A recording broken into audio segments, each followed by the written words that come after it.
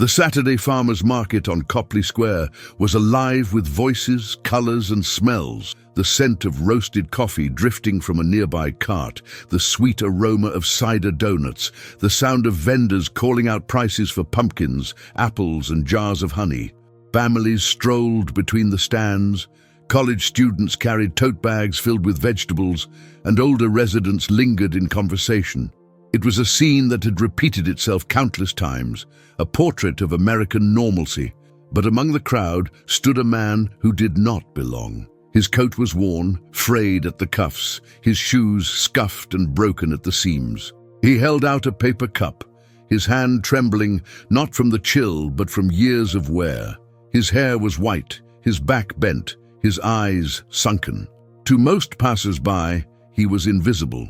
Another homeless veteran in a city that had too many. Some, with a bitter edge, had nicknamed him the Lieutenant, as if mocking a title that once meant something. No one asked his name. No one wondered where he came from. He was simply there, as constant as the church bells that rang from Trinity Church, as unnoticed as the pigeons that pecked at crumbs along the stone walkway. That morning, however, everything changed. Margaret O'Donnell, 76 years old, retired schoolteacher and lifelong Bostonian, walked between the apple stands, her canvas bag heavy with fruit. She moved carefully, her steps slowed by age, her hair tucked neatly beneath a wool beret. When her eyes fell on the beggar standing by the edge of the market, she froze. The bag slipped from her arm, apples rolling across the stones, bouncing against shoes. But she didn't notice. She was staring at him. Her heart thudded violently, as if it recognized something her mind could not yet accept. The curve of his jaw, the weary set of his shoulders, even the way he held himself in silence. It was impossible. It couldn't be. Later that day, back in her apartment in Back Bay, Margaret pulled out a box from the bottom of her cedar chest. Inside was an album, wrapped in tissue paper, yellowed with age. She opened it carefully.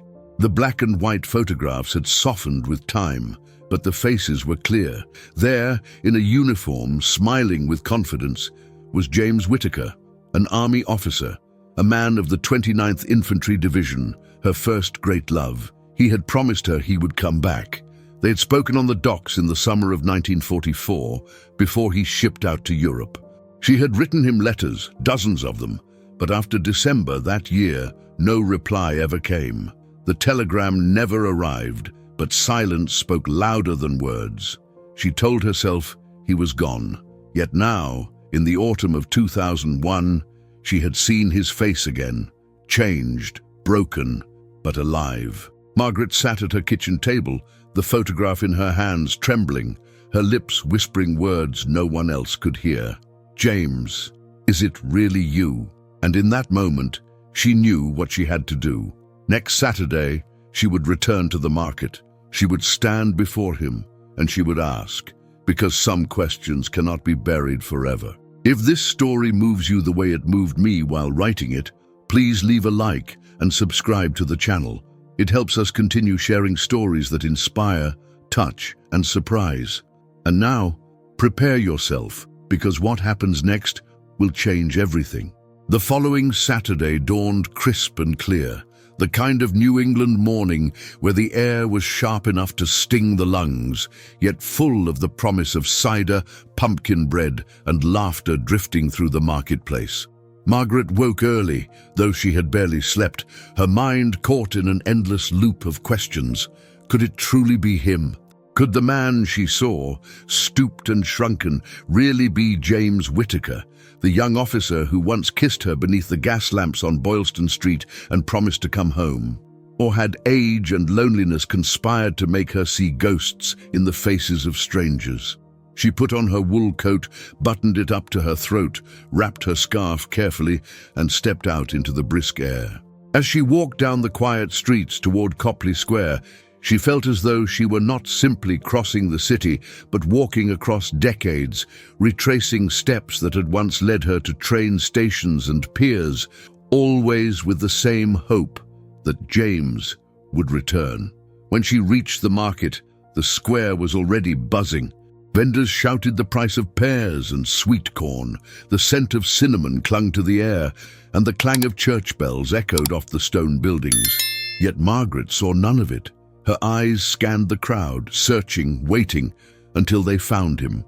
He stood exactly where she had seen him before, near the edge of the square, his paper cup in hand, his posture weary, as though the weight of invisible chains pulled him downward. Margaret moved toward him slowly, her steps deliberate, her breath shallow. She stopped just a few feet away, and for a long moment she could only look at him. The features were older, marked by time and hardship, but beneath the lines and the wear, she could still see the face she had once loved. "Excuse me," she said softly, her voice trembling but steady enough to break through the morning clamor. "Is your name James?" At first, he did not respond. His eyes flickered, shifting from her face to the ground, then back again. The silence stretched unbearable until at last he opened his mouth. "No one has called me that in years." The words were barely more than a whisper, but to Margaret they rang louder than the bells above the square. Her heart clenched. Tears welled in her eyes. "It is you," she breathed. "James Whittaker. I thought you were dead." I waited, first months, then years, and then only silence remained. He looked away, his shoulders sagging even further. His lips trembled as though each word he held back carried the weight of a lifetime. Finally he said, "I should have come back. I should have written, but I couldn't. I didn't deserve to." Margaret's throat tightened. She wanted to reach for him, to hold his hand, to shake him, to demand answers all at once. But she steadied herself and spoke gently, yet firmly. "What happened to you, James? Where did you go? Why are you here like this? Nameless, forgotten, begging on the street." For a moment he did not answer. He did. His eyes closed, and she saw in his face the struggle of a man torn between silence and confession.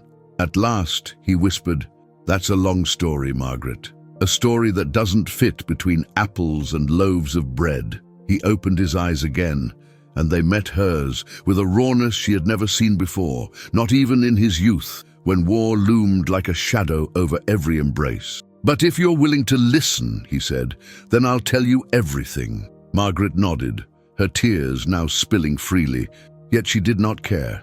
She knew in that moment that she had found him. Not the man he once was, not the dream she had carried for decades, but the truth of him, scarred and wounded and real. And she knew something else, that the silence which had ruled their lives for 57 years was about to be broken. Margaret brought James back to her apartment, a modest two-bedroom on the second floor of a red brick building just a few blocks from the Charles River. The kind of home filled not with wealth, but with years of careful living. Family photos on the walls, a crocheted throw draped over the sofa, shelves lined with books worn from decades of turning pages. For James, stepping inside felt almost foreign, as though he were crossing into a world he had once known, but long since lost. A world where people sat at kitchen tables, drank tea, and spoke in voices unburdened by the weight of survival. He sat on the edge of the sofa, hunched and uneasy, his hands clasped so tightly that the knuckles whitened. Margaret moved slowly around the kitchen, boiling water, setting out 2 cups, giving him space, yet also anchoring him in the normal rhythm of her presence. She knew better than to press him too quickly. She had spent a lifetime with unanswered questions, and she could wait a little longer for the truth. For several minutes they sat in silence, the steam rising from the mugs, the ticking of the clock, the only sound between them. Finally, James began to speak. His voice was low and rough, the voice of a man who had carried words inside for so long they had grown jagged. "They caught me in December of 44, he said, eyes distant, as though staring into another time. "Outside a small town in Belgium, the Battle of the Bulge. Our unit was scattered. I was trying to get my men back to the line, but the Germans surrounded us. Some were killed, the rest of us were taken." Margaret drew in a sharp breath. She had imagined many fates for him over the years, but hearing the reality was like ice settling in her veins. She had taught about the war, had read memoirs and history books, but none of that compared to hearing it spoken by the man she had once loved. "They sent us to a POW camp," James continued. Stalag 9, barbed wire, guard towers, barracks that stank of damp straw and disease. We lived on watery soup and scraps of bread. Men froze in their bunks, others wasted away until they just stopped waking up. I thought I would be one of them. I prayed for it some nights. Margaret's hands trembled as she held her mug. She wanted to speak, to comfort him, but something told her not to interrupt. He had been silent for nearly 6 decades. He needed to let the words spill, jagged and raw as they were. In April 45, the Americans liberated us, he went on. We thought we were free, and in a way we were. But coming home, he shook his head slowly, his eyes wet but fierce. Coming home was harder than the camp. I stepped off the ship in New York, and there were parades, flags, cheers. But inside I was hollow. I didn't know how to be the man I was before. I didn't know how to look people in the eye and pretend I hadn't left men behind. I carried their faces, their voices, every night. And when I came back to Boston, when I thought about seeing you again, I couldn't. I wasn't him anymore. I wasn't worthy of you. Margaret reached across the table, placed her hand gently on his, but he flinched before letting it rest. His touch was frail, trembling, yet in that fragile connection, she felt the truth of his pain. I tried to work, he said, staring at his hands. A factory job first, then construction. But the nightmares followed me. The drinking started. I lost jobs, lost apartments. By the 60s, I was drifting city to city, nameless, paperless, and after a while, I stopped trying to come back. I thought maybe it was better if everyone believed I was dead. His words fell heavy in the room, and Margaret felt her chest tighten, the years of unanswered silence pressing in. Finally she spoke, her voice firm but trembling with emotion. You survived the war, James. But you didn't survive the guilt. You let it steal everything, me, your home, your name. He looked at her then, really looked, and his eyes glistened with tears. You don't understand. Every day I asked myself why I lived, and they didn't. Every day I wondered if it would have been better if I hadn't come back at all. Margaret held his gaze, her voice steady, unwavering. But you did come back. And now, after all these years, you have a choice. You can vanish again into silence, or you can let yourself be seen by me, by others, by the world that forgot you. James swallowed hard, his lips trembling as though he were on the edge of breaking apart. For a moment, she thought he would retreat into himself again. But then he whispered almost inaudibly, Maybe I survived for this, to finally tell the truth. Margaret's living room was a modest space, yet it radiated warmth in a way James had not felt for decades. The ticking clock on the mantel, the scent of lavender sachets tucked in drawers, the bookshelves filled with volumes whose spines had been worn down by years of careful reading. For a man who had spent most of his life drifting between shelters and park benches, this room was almost overwhelming, a reminder of the life he had once imagined and then lost. She rose from her chair and crossed to a wooden chest that had belonged to her mother, its surface scratched by time but still sturdy. From it, she drew a box, wrapped in linen, tied with a ribbon that had long since faded from red to brown. She carried it to the table and set it before him with a kind of reverence, as though it contained not paper and photographs, but relics of a life that neither of them had truly left behind. Her fingers hesitated on the knot of the ribbon, and for a moment she closed her eyes, as though steadying herself for what she was about to do. Then, with slow precision, she untied it, lifted the lid, and revealed an album inside. Its black pages were fragile, the corners frayed, but when she opened it, the faces stared back as if no time had passed. James leaned forward, his hands trembling as he reached for the edges of the album, his fingertips brushing against the photographs. That's Miller, he whispered, pointing to a young soldier grinning in a wool uniform. He used to play the harmonica in the barracks. He died in Belgium, a mortar shell, and there, Johnson, he was from Ohio, never made it home. Page after page, the memories came alive, not as abstract history but as names, voices, laughter, gone too soon. Margaret turned the pages carefully, watching his eyes as recognition dawned and faded, each face another wound and another tether to the past. And then they reached the page she knew would come, the one she had avoided so many times, though she had never been able to throw it away. A photograph of them together, she in a floral dress, he in his uniform, sitting on a bench along the Charles River, his hand just barely resting over hers. The smiles were tentative, hopeful, caught between fear and promise. James stared at it for a long time, his lips parting but no words coming. At last he reached out, traced the outline of her face in the photo with the tip of his finger, and said in a broken voice, "I remember that day. It rained just before this was taken. Your hair smelled of lilacs and the river. I told you we needed a picture. For later," I said. Margaret's voice shook, and later never came. His head bowed, and for a moment he seemed as though he might collapse under the weight of that truth. But she reached again into the box and drew out a bundle of letters, tied with string, yellowed and fragile. She laid them before him. "I wrote to you," she said quietly. "From 1945 until 1947, every month, they all came back, stamped recipient unknown.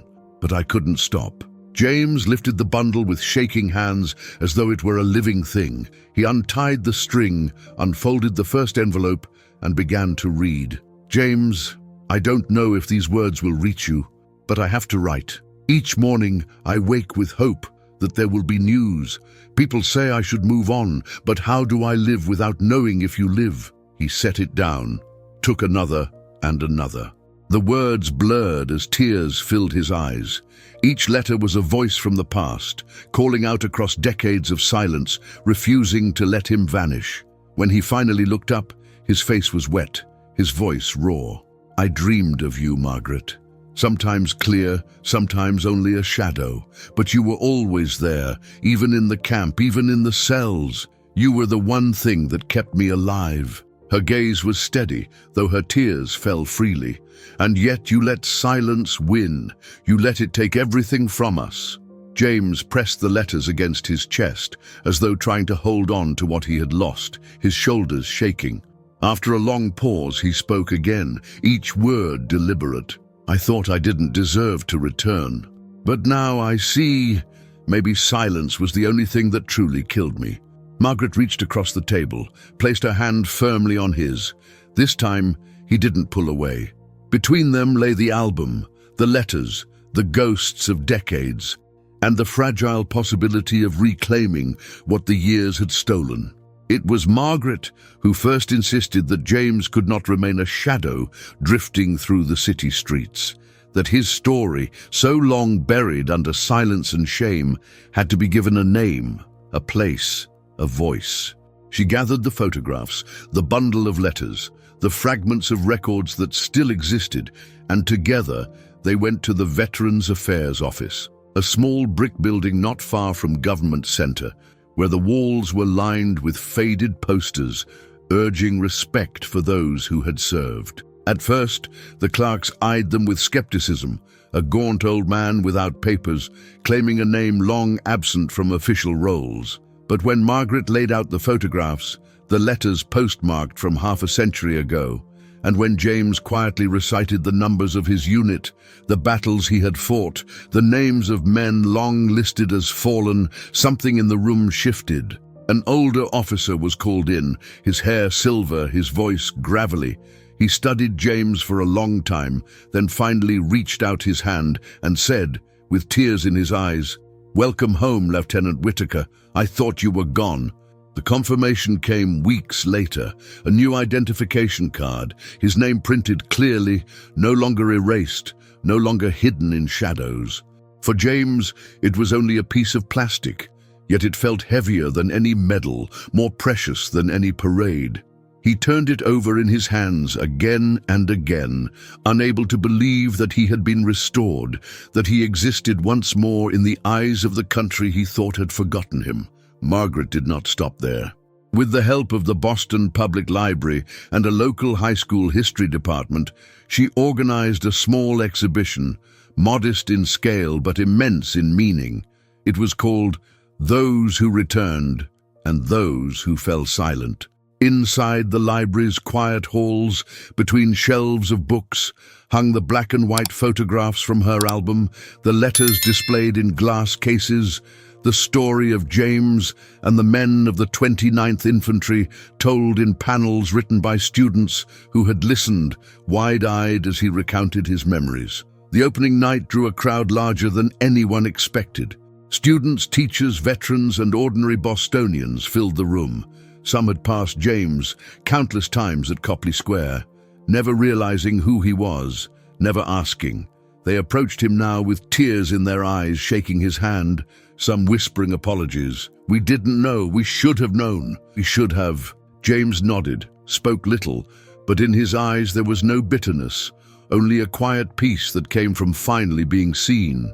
Soon, invitations arrived from schools and community centers. James found himself standing before classrooms of teenagers, his voice steady, though often breaking, telling them not of glory, but of hunger, fear, and silence. He told them of the men who never came home, of the weight survivors carried, of the danger of burying wounds too deep. The students listened, some with tears, some with pens scratching furiously to capture his words. For many, it was the first time history breathed in the voice of someone who had lived it. For Margaret, watching him speak was like watching a circle close. She sat in the front row, her hands folded neatly, her gaze fixed on him, seeing not only the man he had become, but also the young soldier who once promised to return. And as he spoke, she realized that the promise had not been broken entirely. It had only been delayed, lost in silence until now. Even the market where he had once stood as the lieutenant transformed. James no longer held a paper cup in his hand. When he walked through Copley Square now, vendors greeted him with nods. Some pressed fresh bread into his hands, others asked for stories. One young man, a college student helping his father at the apple stand, leaned forward and asked shyly, "Sir, is it true you fought in Europe?" James looked at him with a calm expression, a faint smile tugging at his lips, and answered, "Yes, and I'm still fighting, for memory, for dignity, for the voices of those who can't speak anymore." For Margaret, these moments were more than vindication.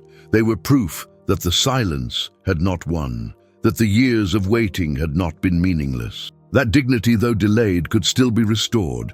And as she watched James walk across the square, head held a little higher, she knew that even late in life, love and remembrance had the power to change everything.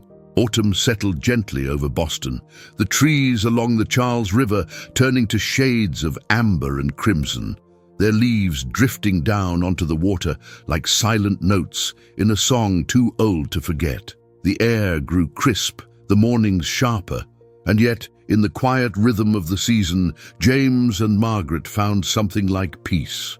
They walked together often, not far, sometimes only down Boylston Street to the public garden, sometimes along the river where swans glided past. They didn't need long conversations. Their silences had shifted, no longer heavy with absence, but filled with the comfort of presence. Margaret, with hands still steady despite her years, sewed him a new wool coat from fabric she had kept for decades, always telling herself she would use it for something important. James wore it with a gratitude that went deeper than words, for it was not the cloth that warmed him, but the devotion stitched into every seam. In return, he tended her small balcony garden, trimming the roses, sweeping fallen leaves, repairing what time had weakened. In these small gestures, the ordinary acts of shared days, they discovered the dignity and intimacy that war and silence had once denied them. One evening, as the sky burned with the last gold of sunset and the city hummed softly beneath their window, Margaret handed him a plain envelope. His name, written in her familiar script, trembled slightly from her hand, but was still clear, unmistakable. Inside was a single card, with only one line written upon it: "I waited for you my whole life. Now I only want to walk beside you until the end." James read it once, then again, holding the card against his chest as though it were more precious than any medal or honor he had ever been offered. His eyes closed, and for the first time in decades, his smile was unshadowed by guilt. He stood, walked to her and embraced her, gently, reverently, as if in that moment he was repairing something long broken, and as if love, though delayed, had finally found its rightful place. 2 years later, James passed away quietly in his sleep, in the small room that had become his sanctuary. On the nightstand lay Margaret's note, worn at the edges from his constant touch, and beside it a photograph of the two of them from long ago, their youth captured in a moment of promise that, though postponed, had at last been fulfilled. At Copley Square, where once he had stood as a forgotten figure with a paper cup, a simple plaque was placed. It bore his youthful photograph and the inscription, "James Whittaker, Soldier Survivor, forgotten by many, remembered by love." Margaret visited often, not to weep, but to keep watch. She sat quietly on the benches near the market, watching families pass, students chatter, vendors shout their prices. And when strangers paused to read the plaque, she smiled softly, knowing that James's story, their story, would not vanish again into silence. For some loves do not die. Some loves endure even the heaviest silence. And when they are finally spoken, they remind us that memory is stronger than forgetting, and that dignity, though delayed, can still be restored by the power of love. We share new stories every day, true accounts that touch, inspire, and remind us of what endures. If this story left a mark on your heart, please leave a comment, share it, and subscribe to our channel. Together, we can keep memories alive and prove that even forgotten hearts can beat again.